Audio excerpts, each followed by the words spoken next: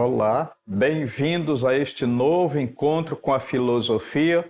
Eu sou o professor Isaías e hoje nós vamos tratar da condição humana, levando em consideração a ideia de propriedade privada, especialmente em John Locke. Então, John Locke, ele é um filósofo inglês e ele viveu fundamentalmente quase toda a sua vida aí no século 17 e morreu no comecinho do século 18. Então esse filósofo é um dos clássicos da política. E quais são os clássicos da política? Os clássicos da política são Maquiavel, Hobbes, Locke, Montesquieu e Rousseau.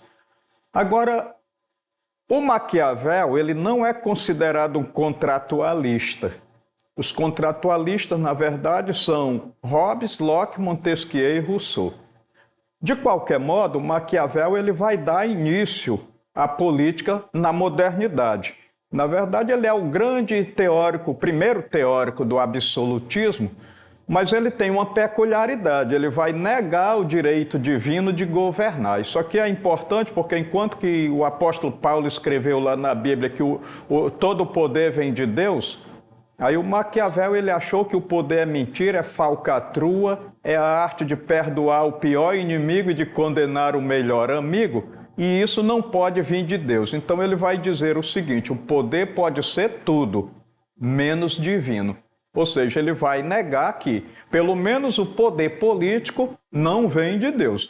Então, nesse aspecto, é que ele vai inaugurar a política na modernidade. Mas aí nós vamos ter em seguida o Thomas Hobbes e posteriormente o John Locke, que é esse o rapaz que nós vamos tratar hoje fundamentalmente quando a gente vai se referir à questão da propriedade privada. Então, o John Locke, ele é um filósofo de suma importância porque ele vai tratar da condição humana como a condição humana é condição de natureza. A condição humana é condição de natureza. Segundo John Locke, a condição de natureza é definida pela igualdade entre os seres humanos, sendo que cada indivíduo da espécie dispõe de plena liberdade para usufruir da vida. Então, todos nascem livres e devem permanecer em liberdade até o final da vida. Livres e iguais, os homens possuem a capacidade de se conduzir por si. Isto é, um ser humano não é naturalmente posto sob dependência de outro. Segue a sua razão natural. Então, não quero ser senhor de ninguém, pois me basta a beleza de ser eu mesmo meu senhor. Essa frase é do Antônio Pereira, um cantor amazonense de grande renome. Não existem hierarquias naturais no interior da humanidade, pois todos os seres humanos, todos os homens, são senhores de si, sujeitos e capazes de se autogovernar, capazes do autogoverno. Então, na verdade, nós sabemos que essas liberdades humanas, elas são, de certo modo, limitadas. Então, quando eu sou muito criança, eu vou depender do cuidado dos meus pais, eu vou depender do cuidado de pessoas mais velhas, mas isso não significa dizer que, no decorrer do tempo, à medida que eu vou crescendo, eu vou ganhando a minha liberdade. Então, isso é uma das coisas fundamentais na natureza humana, e essa liberdade que a gente adquire quando a gente se torna uso da razão, dono do nosso uso da razão, a gente acaba exercendo, ou pelo menos, se a gente não abre mão, a gente deve exercer essa liberdade. Agora, o que é fundamental é a gente pensar nesses defensores do pacto social, para a gente poder fazer uma comparação. Nós estamos tratando especificamente do John Locke. Mas aqui a gente precisa dizer que no contrato social, os principais contratualistas eles vão fazer uma diferença entre o Estado de Direito e o Estado de Natureza. O Estado de Natureza é aquele que antecede o Estado de Direito. Posteriormente, quando o homem cria regras, cria leis e estabelece uma autoridade, aí sim nós estaremos criando o Estado de Direito, quando a gente estabelece regras, leis e instaura uma autoridade.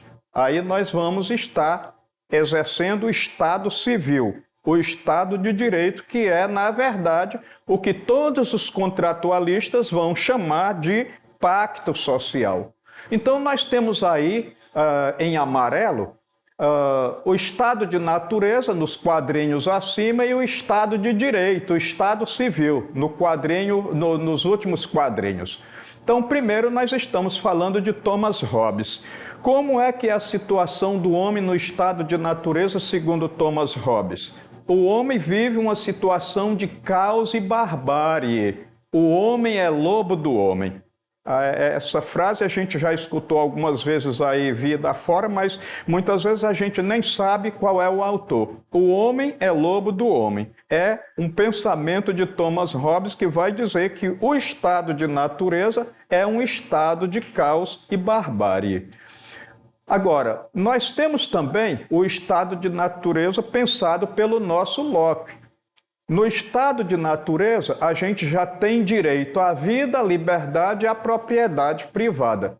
Qual é o problema? O problema é que cada um é juiz da sua própria causa.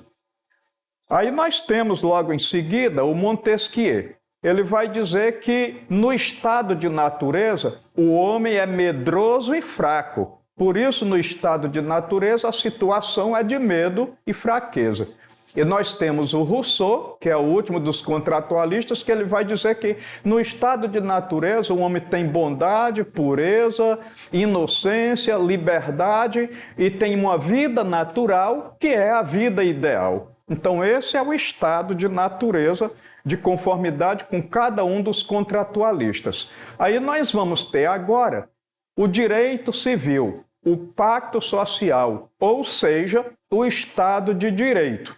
Aí, o que Hobbes pensa? É que, criado pelo consentimento, o soberano, o rei, o Estado, ele vai se sobrepor a todo mundo, a todos os indivíduos. Por isso é que ele vai chamar o Estado de Leviatã. Aliás, é o título de uma das suas obras, Leviatã. Leviatã, na mitologia hebraica, é o monstro que governa o mar, né? Que governa os oceanos, e quem anda pelo oceano está sujeito ao seu poder. Então, o Estado ele tem que ser esse Leviatã que submete às vontades individuais. Agora, o que o Estado de natureza ele vai criar? Ele cria o homem-lobo do homem, mas o Estado de Direito ele vai assegurar 3 direitos: vida, justiça e propriedade. E aqui eu quero fazer um convite para que a gente nunca confunda com o nosso Locke. O Locke ele vai dizer que os direitos naturais são vida, liberdade e propriedade. O Hobbes diz que é vida, justiça e propriedade. Então tem uma pequena diferença. Agora, no nosso Locke, mesmo que a gente já tenha esses direitos no estado de natureza, se cada um é juiz da sua própria causa, a gente precisa instaurar o Estado civil para que esses direitos possam ser assegurados. Então, nesse sentido, é que ele também vai criar 2 poderes, que é o poder executivo e o poder legislativo. Mais tarde, no espírito das leis, o Montesquieu vai acrescentar o poder judiciário.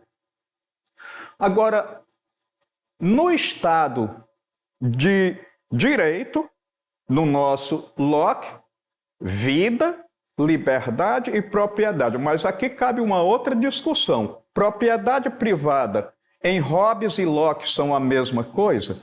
Bom, para Locke tudo é propriedade. Tudo aquilo que a gente vai na natureza, apanha uma fruta e se alimenta dela, a gente já está se apropriando, a gente já tem propriedade. O Hobbes ele vai fazer uma diferençazinha. Então, na verdade, propriedade é aquilo que eu consigo como resultado do trabalho. Quando fruto de uma guerra eu me aproximo, eu acabo me apropriando, né, dos bens de alguém, eu me aproximo de povos, faço guerra e me aproprio de determinadas coisas, e aquilo que eu consigo com o meu trabalho também é propriedade, e aquilo que eu recebo como herança.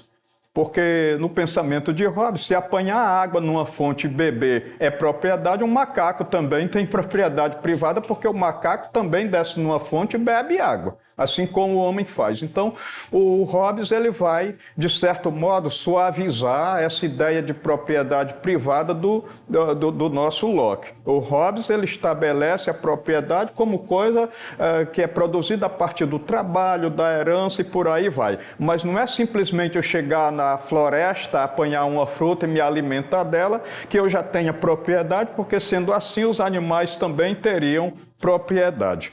Então, agora nós temos aí, o que pensa o Montesquieu? O Montesquieu ele vai dizer que o Estado de Direito ele precisa assegurar 4 coisas. E quais são essas 4 coisas? A primeira coisa é vencer o medo e a fraqueza. Se no Estado de natureza nós somos medrosos e fracos, o Estado de Direito, ele precisa fazer com que a gente supere o medo e a fraqueza. Então a gente se junta para ficar mais forte. Unidos venceremos, né? É essa a ideia. Então a gente acaba criando grupos sociais, Estado inclusive, para que a gente fique mais forte. Quando a gente se perde numa floresta sozinho, a gente tem muito medo. Quando a gente se perde com um grupo de pessoas, ainda que a gente tenha medo, o medo é muito menor. Então, primeira coisa, vencer o medo. E a segunda coisa, vencer a fraqueza, porque principalmente no começo da humanidade, o homem está muito sujeito aos efeitos da natureza, né? Medo dos animais e por aí vai. Agora, uma outra coisa também no Estado de Direito, é justamente garantir a competição entre os membros do próprio grupo. Então, quando eu faço o Enem, ou quando eu faço um concurso público, eu estou competindo. E isso o Estado deve assegurar, que a competição ela possa ser leal. Quando 2 times de futebol estão jogando, o juiz ele tem que arbitrar de tal modo que ele possa contemplar por igual os interesses dos 2 times. Ele não pode puxar o seu trabalho para favorecer a um dos 2 times. Ele tem que arbitrar por igual. E o Estado de Direito, ele justamente visa essa situação. Agora, finalmente, visa a proteção do grupo contra outros grupos. Então, a gente pensa aqui, eu como acriano que sou, eu penso na Revolução do Acre contra a Bolívia. O exército brasileiro, quer dizer, no começo os seringueiros fizeram a revolução, mas depois o exército foi colocado na fronteira para assegurar que o território do Acre permanecesse sendo do Brasil. Então, nós criamos o Estado de Direito, inclusive para que a gente faça a proteção do nosso grupo contra outros grupos. E aqui também cabe uma reflexão sobre a diferença desse pensamento de criar do estado de natureza, onde o Estado submete o indivíduo, que isso é o pensamento de Hobbes. O Montesquieu ele vai dizer, será que tem algum idiota que vai se juntar com outras pessoas para diminuir os seus direitos individuais? Então, enquanto que Hobbes acha que nós, ao ficar fazendo parte de um grupo, a gente reduz os nossos direitos individuais em prol do direito coletivo, o Montesquieu ele acha o contrário. Eu só vou me juntar com outras pessoas para que eu tenha assegurado cada vez mais os meus direitos, até para que aumente os meus direitos. Porque quando nós chegamos em um grupo social, cada um tem desejos e necessidades diferentes. Por isso, quando eu estou aqui dando uma aula, eu estou interessado em ganhar dinheiro para levar alimento para casa. E quem está assistindo a minha aula está interessado em chegar à faculdade para fazer medicina ou enfermagem. Então, nós temos interesses diferenciados e quando a gente se junta, a gente acaba ajudando para que o outro acabe atingindo os seus objetivos. Então, ninguém é tão idiota a ponto de se juntar num grupo para diminuir o que ele tem.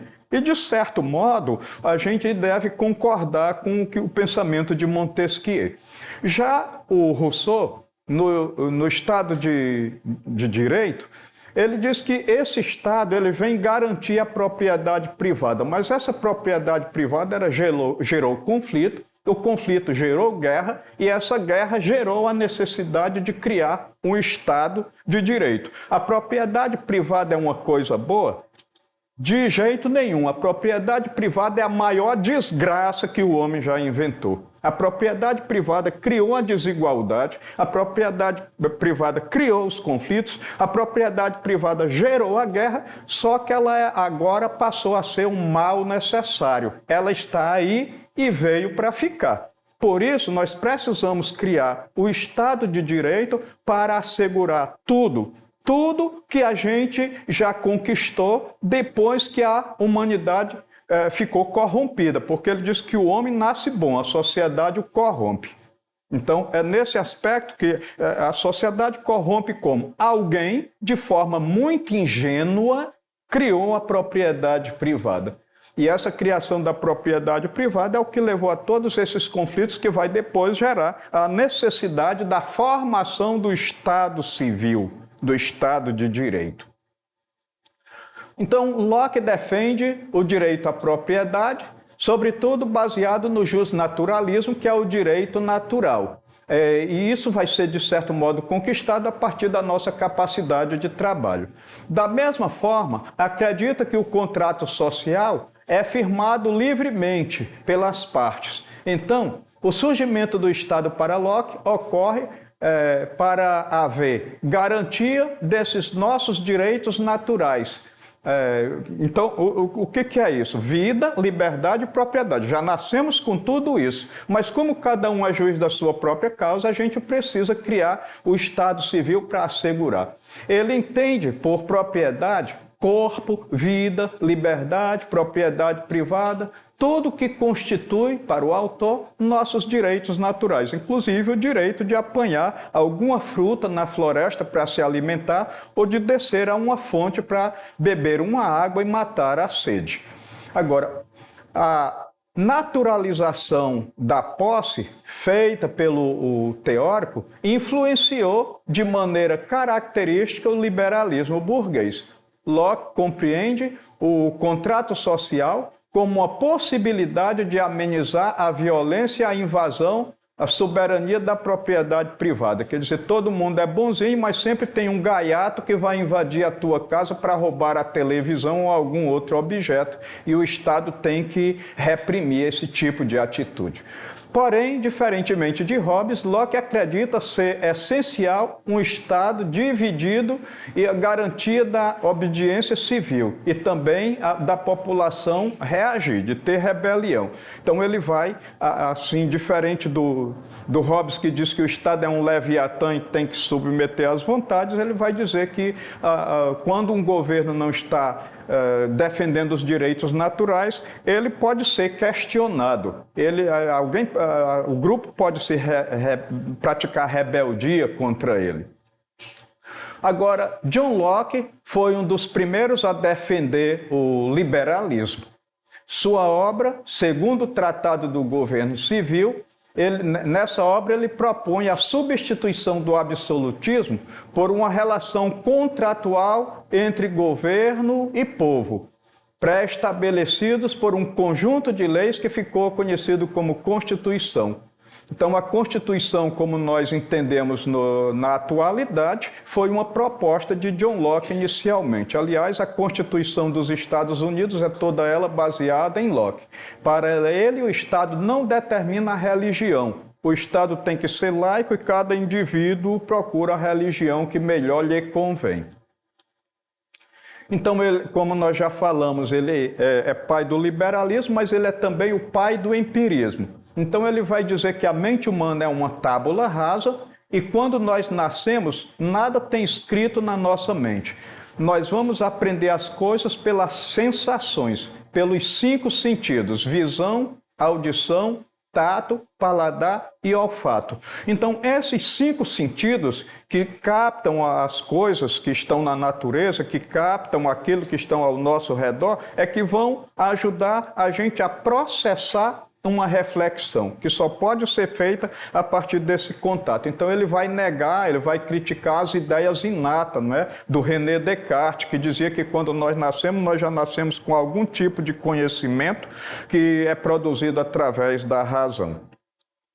Então agora nós vamos ter uma questão e essa questão está ligada à propriedade privada, então ela está aí no nosso material didático na página 101. Aquele que se alimentou com bolotas que colheu de um carvalho ou das maçãs que retirou de uma árvore na floresta, certamente se apropriou deles para si. Ninguém pode negar que a alimentação é sua. Pergunto então, quando começou a lhe pertencer? Quando os apanhou? E é evidente que se o primeiro ato de apanhar não se tornasse propriedade sua, nada mais poderia fazê-lo. Aquele que trabalha estabeleceu uma distinção entre eles e o bem comum. Ele lhes acrescentou algo além do que a natureza, a mãe de tudo, havia feito. Assim, eles se tornaram seu direito privado. Sobre as terras comuns, que assim permanece por convenção, vemos que o fato gerador do direito de propriedade, sem o qual essas terras não servem para nada, é o ato de tomar uma parte qualquer dos bens e retirá-la do estado em que a natureza a deixou. Então agora nós temos aí também um poema, uma canção de Luiz Gonzaga. Já faz 3 noites que para o norte relampeia, que a asa branca ouvindo o ronco do trovão, já bateu asas e voltou para o meu sertão. Ai, ai, eu vou embora, vou cuidar da plantação. A seca fez eu desertar da minha terra, mas felizmente Deus agora se lembrou de mandar chuva para esse sertão sofredor.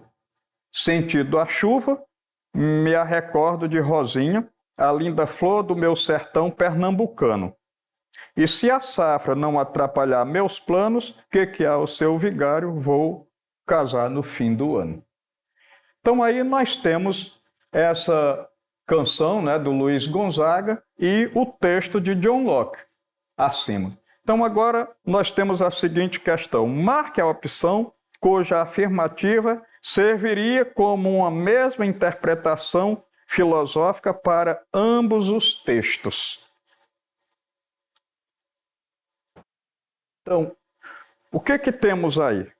O trabalhador está reduzido à categoria de instrumento, ele é um objeto tal como as máquinas e as ferramentas de uma indústria qualquer? Bom, a máquina é trabalho morto e a ação humana é trabalho vivo. B. O trabalhador vende seu próprio trabalho mercadoria a um patrão que detém tanto a propriedade quanto o lucro subtraído do suor do trabalhador. Isso aqui é a alma do capitalismo, mas não responde à questão dos 2 textos acima. A propriedade privada coincide plenamente com o trabalho.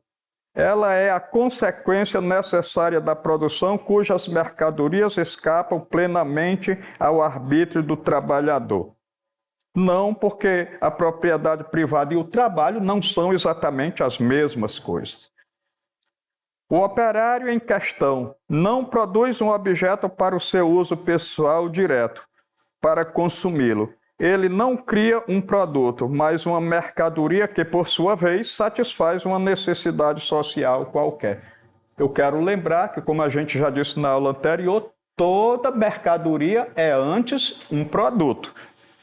Finalmente, o trabalhador depende de si mesmo para assegurar a vida e garantir o direito à propriedade, pois o trabalho é uma atividade humanizada em que o homem exerce sua atividade independentemente da tutela de um empregador.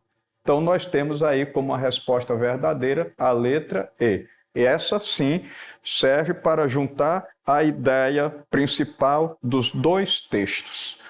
Eu agradeço aí a atenção, a gente se prolongou um pouquinho mais do que aquilo que deveria acontecer, mas de qualquer modo a gente faz o convite para que vocês tenham sempre como referência o nosso material para solidificar cada vez mais o conhecimento desses assuntos que estamos abordando. Agradeço a todos vocês e até o nosso próximo encontro.